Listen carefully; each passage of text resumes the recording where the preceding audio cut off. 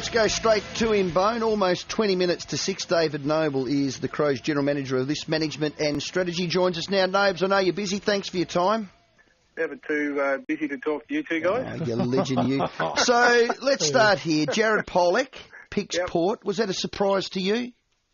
No, I don't think so. I think both of us, were hoping that, he picked us as their suitor. Disappointing, but look, until something gets done across the line, we'll still hold some hope that we might be able to still get in there. So you still think you're a chance? Oh, well, look, we'll fight to the death, Rowey, to see if we can't secure him. So, until that gets done, we'll keep our ear to the ground and we'll see how that sort of transitions. But obviously he's made his selection and we respect that. But until it's done, we'll still hold a hope of being able to do something. Has his management rung you for a reason? Oh, look, Justin's spoken to me. Yeah, I think that'd be unfair as to publicly, air what his reasons are. We've had those private conversations and we respect Jared's, decision to move to Port. And whilst being disappointing, we've got to move on. And as I said, still hold some hope that we might be able to do something late. Wasn't a money thing, was it? Well, I can't comment on that. I'm unaware as to what Port's offer is, and I think that would be irresponsible of me to put that out publicly. Hey, Dave, after moments like this, I'm sure you reflect on what you did and how you did it. With your time again, would you have done it exactly the same way? Is there anything you think, maybe we should have done that or we should have gone down that track, or did you give it your best shot? Oh, look, I think we gave it our best shot, Bone. I mean, we've been tracking him now for 18 months and his management were quite aware that, we'd been up to see him quite a few times and held a lot of discussions with his management as to where that is. We thought our presentation was strong. We thought we had some good connection there with a couple of guys that he played with before. But, look, I think at the end of the trade period, I'd certainly like to sit down with our guys and reassess where that's at. So I'm not sure it's, it's probably not relevant right now. There's still a fair bit of water to go under the bridge with a few other things. But, look, we'll certainly do our due diligence and reflect and see if there's any particular area that we could improve. The two of us in here were discussing it before and thinking, roll the club back or roll the clock back a couple of years and, had you had the pick between Adelaide and Port, there's almost no decision and you would have just gone to Adelaide straight away given where the other club was. It's a fair pat on the back to Port Adelaide to think they are now very, very competitive in that marketplace. Yeah, they've worked really hard behind the scenes. I know, speaking to a lot of management groups, they've been able to present, a strong case to influence players coming to Adelaide. As what we have, with our own landing this year with Eddie Betts. Absolutely, Being able to get that across the line, I think, is a big tick still for us. Sure, so I don't think they've overtaken us in that area. I think they've become more organised and it's certainly been more proactive behind the scenes, which is what we know that list management is all about. You have to. So you don't feel like they've trumped you in any way? Oh, look, you never like getting beaten, right? Okay. I don't understand how you can still get him. Just for those of us that don't understand the system as well as you do as a list manager, how do you still think you can get him? And on that, why bother? He's picked Port. A lot of Crows fans are saying, well, he's picked Port, good riddance. Yeah, well, I mean, and that might well be the case. There might not be able to be anything we can do, but until he signs on the dotted line, we'll still keep trying to work, behind the scenes as to what goes on, where certain other clubs are placed, and we'll certainly make the odd phone call to Brisbane to see how they're going. So that's as good as I guess you can do in this case. And as I said, we respect that he's picked Port. Good on them. They've been able to land him. Don't like it, so we'll keep trying and move on to other aspects. I guess what you're saying is they still have to do the deal. Can you confirm with us that we thought all along the inference from Brisbane was they want players, which we would have thought would have put you in the van? I think his management's obviously picked Port Adelaide because he thinks that they're going to be better to do a deal with Port Adelaide than you guys. Can you hit that strategy on the head? Oh, look, I think it was an interesting one because we know that he barracked for Port as a kid, good mates with Brodie, as I said. We didn't have picks. We thought we might have had some players that, they had some interest in, and I will quite clearly say that they have had interest in Brisbane. It certainly hasn't been us, offering up those players. and that's where it does get a bit skewed in the marketplace a bit. So we felt that there may have been an opportunity for us to suffice what they were after with players, and then we knew that Port probably had the picks to be able to manoeuvre their way through, being able to get higher up in the order and swap around picks, which is, just a clear tactic of what you're able to do this time of year. So the two strategies were clear. We would have to release a player. Port would be able to do some more strategic things with picks. So they were the two clear strategies, and we haven't been able to find a resolution early enough for Jared to make a decision. There is a knock-on effect with everything, a cause and a reaction. Yep. How does this change things with, say, a Henderson and a Vince? Well, I'm not sure where you're going with Henderson, but he's contracted, so we can just bump that one on the head. Look, we will still continue to work with Melbourne in regards to Bernie. That doesn't change where we're at. It's not an envious, position to be in. He's a club champion, and we respect that, but we also have to make some tough calls at certain times, and we have to, endeavour to make our list better. And from that side of things, we do have to make some tough calls every now and then, and that's one of them. In this particular case, to consider that as an option is really tough, but we won't then pull it off the table. That's not how we operate, and I think that would be really unfair to do business that way, and then all of a sudden to say, well, you know what, it's not working in our favour now, so guess what, we're going to change the rules. I think that's unfair. Now, David, you seem to take a little bit of offence when the name Ricky Henderson was just mentioned, and in Stephen's defence, his name has appeared in print and in media about being on the table, but not necessarily being on the table, but being in discussions and caught up in this discussion. So you can say now that those discussions are over, and whether it's because of what happened today or not, he's a required player and he will stay at West Lakes next year. Yeah, look, he's always been a required player, Bone, and I've been on record of saying that, and when I've been on the program before, you guys know that, and we understand there are some circumstances, which he's tried to work through over a number of years, and I know Ned's been on before, and we've worked really diligently with that group, with his management group, with Ned particularly, about those circumstances and how we best try to manage those. So, but look, clearly he's a contracted player. He's got 2 years to go, and we understand his plight, and we'll do everything within our power to make that as easy as we possibly can. But he hasn't wanted to. I mean, he hasn't put it on record that he wants out, has he? No, he hasn't. No. He enjoys the club. He understands and respects the opportunity that it's created for him, and we've been very sympathetic with that scenario. So and working with his management group, probably 18 months ago, we did sign a 3-year deal. So. That's we've constantly had consistent dialogue with Ned, and that's where it stands from our point of view. Would have thought his share price might have just risen a fraction, given there's no Polak and an outside player. That all of a sudden, you know what? If you were thinking, you're not thinking anymore, because he's got to stay. He's got to stay. Yeah, well, that's our stand. That's exactly right. Okay. We spoke to his manager. You would have heard it, Ned Guy, and we've got the inference that he wants to stay and will stay anyway. So we'll move on from that. Bernie Vince is the next one before we get to J-Pod, and we want to know the strategy behind him. Has Bernie picked a club of choice yet? Oh, look, I think that we're just working with Justin, and I think that's probably fair to say that there's been a couple of suitors in the market, and certainly there's a couple that may have come on the radar a little bit later. Once you know what it's like when a player all of a sudden becomes a little bit more available than perhaps what they thought initially, you get and gather a little bit more interest. Look, we're just continuing to work with his management. I know it's a boring old line, guys, but that's what we're doing. That's what this free agency does. It forces clubs to look at their list closer, to assess where they're going in the future.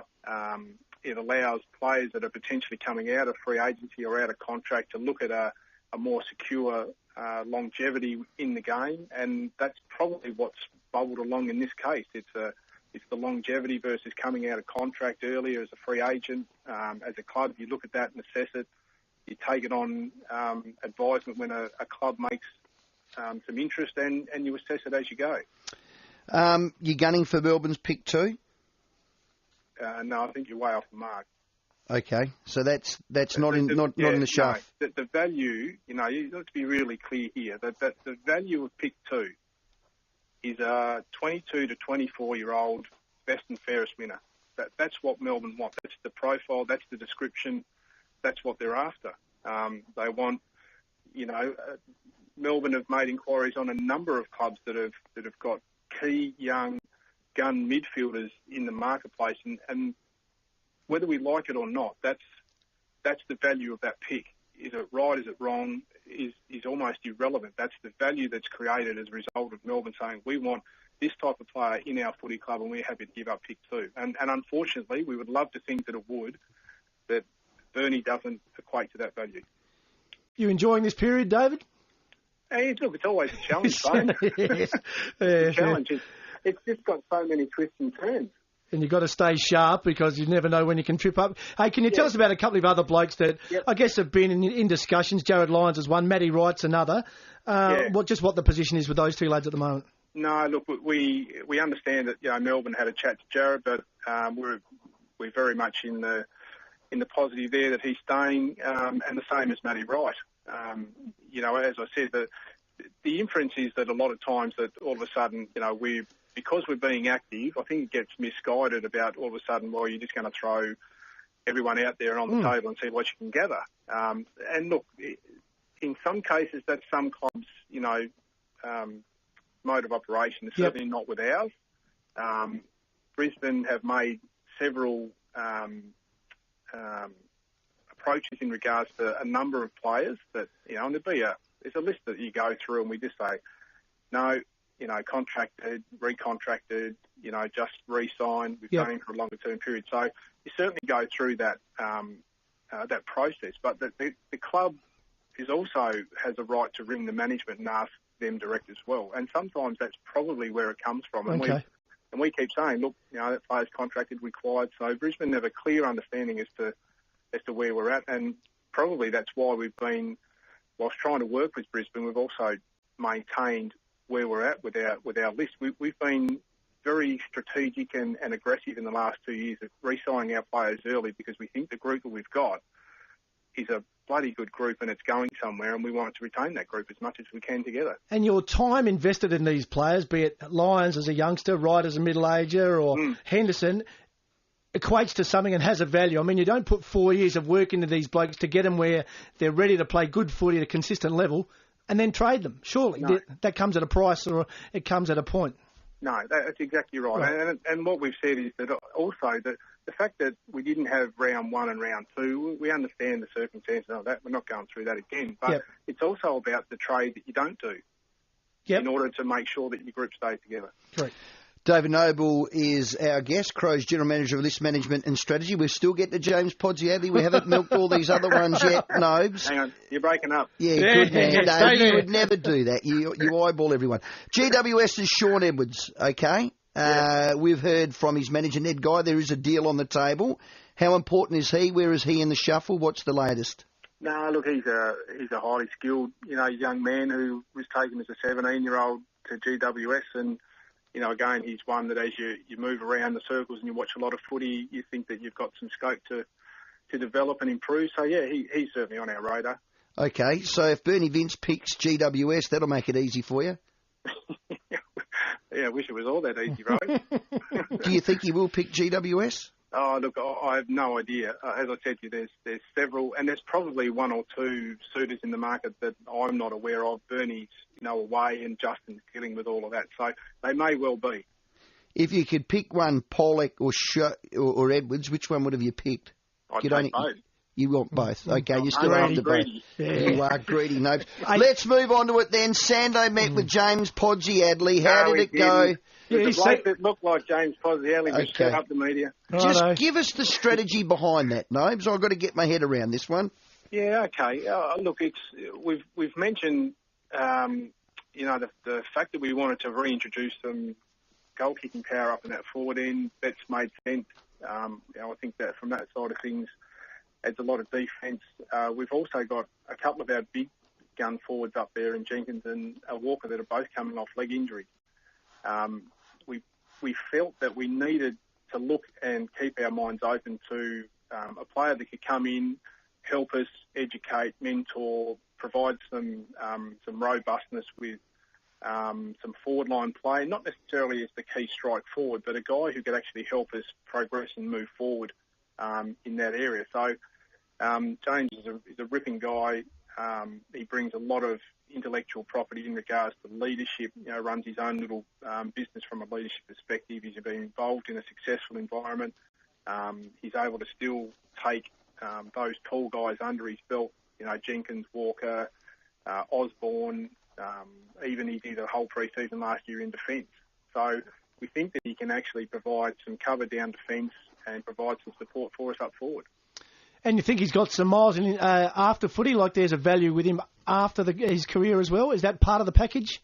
Yeah, that's certainly a consideration. I mean, he's got some interest in a number of areas.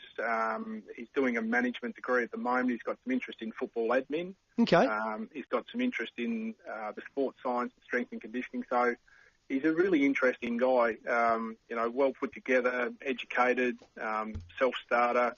And guess what? We still think he's got a few games left in the tank. So is Paddy Steinford in his kit, like in that school with Paddy to help with your players, or purely in the fitness department afterwards? Or is that still up for grabs? Yeah, look, I think it's probably still up for grabs a bit. But, he certainly, if you look at the role that he was playing with the VFL side in Geelong, yep, and the work that he was doing in the club before they drafted him, that was probably more in line to the strength and conditioning fitness area. Okay. So give us a carrot. If is he more likely or less likely? Give us a little bit of gold.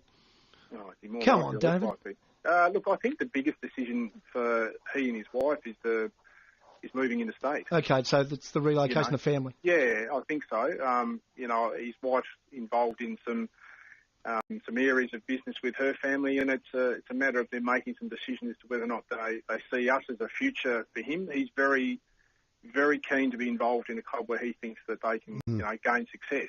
Okay. It's not just about continuing to play. He doesn't want to just play for the sake of playing. He wants to play in an environment where A, he can add some value, B, there's going to be some, not guaranteed success, but there's opportunity to explore success. Okay, you said right there it's their decision. That would suggest to me you've put an offer to him. No, I haven't actually. Are you going to put an offer to him? Yeah, well, I think today is about them getting a feel for us as a club and a collective. Mm-hmm. We know that the coach, has had time with him and actually coached part of that area before. It's a matter of those guys having a look around to see what's, the feel for Adelaide. They know a bit about Adelaide, and it's hard to do that in a few hours. But yeah, look, I think once the determination is from their side, I think that, yes, they're prepared to move, well, then I think, there's a consideration of what the contract may look like. We haven't got to that point yet. Okay, that's okay. You'll be giving him one. Did Sando say to you, I want him? Did Sando say to you, I want him? No, he didn't. He didn't walk into the office and shut the door unless you had the binoculars on the car park downstairs. Okay, and here's the other thing. Look, I think what Sando and I have talked about, and you do at this management, is the consideration of what that looks like. And I think your question is really fair and valid, guys. What does he add? Does he add? Does he take up someone's spot? All that stuff's been worked up, and we've done a lot of work behind the scenes to review statistics, visions. You look at his numbers over the last couple of years with where he ranks, particularly on contested marks, tackles, his inside 50s. He played a slightly different role last year. His capacity to mentor. I think they're all areas that, in our area at the moment, we don't have Ben Rutten in our forward line. Okay, well, Doves, how about this? So Johnston and a Lynch and a Jenkins, and if you keep McKernan, noses don't get put out of joint by you going out and getting a 32-year-old, could you rookie list him? Is that an option? Well, it's a possibility. I'm not sure whether he'd move in a state for a rookie list, but it's a possibility. Okay. Hey, and just moving on, I still think Darren Jolly's a better and bigger need to support Jacobs and can play forward. If you're asking me to pick between the two, Nobes, I'd pick Darren Jolly for a year plus 2. Yeah, we haven't spoken to Jolly and haven't got any interest in that. Just a bit of free advice, though, for you, David. That was all. Yeah, no. Look, Rowey, and I know that there's been some rejection. He's taking offence. You don't have to apologise. And Nobes, you know Jared Pollock wanted to play for the Crow. What happened? What happened? No, I'm going back to Jolly first. Hang on, just wait. I want to give you a whack about Jolly first. I'll do it then. Not many people get a chance to get on and give you a whack, but anyway. You want to read my text messages? David, he's a little fragile at the moment, just easy. No, I think, Rowey, what you've got to consider, and this is where it's difficult at times, because we work on this thing, all the time, and you're working it up all the time, the coach has got a clear strategy as to how he wants his forward line and his ruck stocks to work. So the way he wants to structure up his forward line and how many ruckmen he wants playing in the team and being aligned. I mean, Josh Jenkins had 50-odd shots a goal this year. We played the last 6 weeks with one ruckman. Our actual clearance numbers went up. Our capacity to get the ball inside 50 with what we did with the structure of one of our key forwards doing some ruck work improved in actual fact. So there's all those elements that behind the scenes we sort of work up. And that's why, we were disappointed with the year that Gus had. There's no doubt in regards to that ruck work that he needed to bring to the SANFL. So he's got to improve and lift, and that's why we probably haven't gone down the Jolly path more so than the Podsiadly path. Dave, thanks for your time. We know it's busy. Brilliant. Pleasure, guys. Lovely, David Noble, their Crows General Manager of List Management and Strategy. Just surmising. Sando wants J-Pod. Correct. Nobes wants Edwards. Correct. Okay. And Henderson's not going anywhere. Correct. We spoke to Ned Guy earlier. We spoke to David Noble. He ain't going anywhere. Done? Done.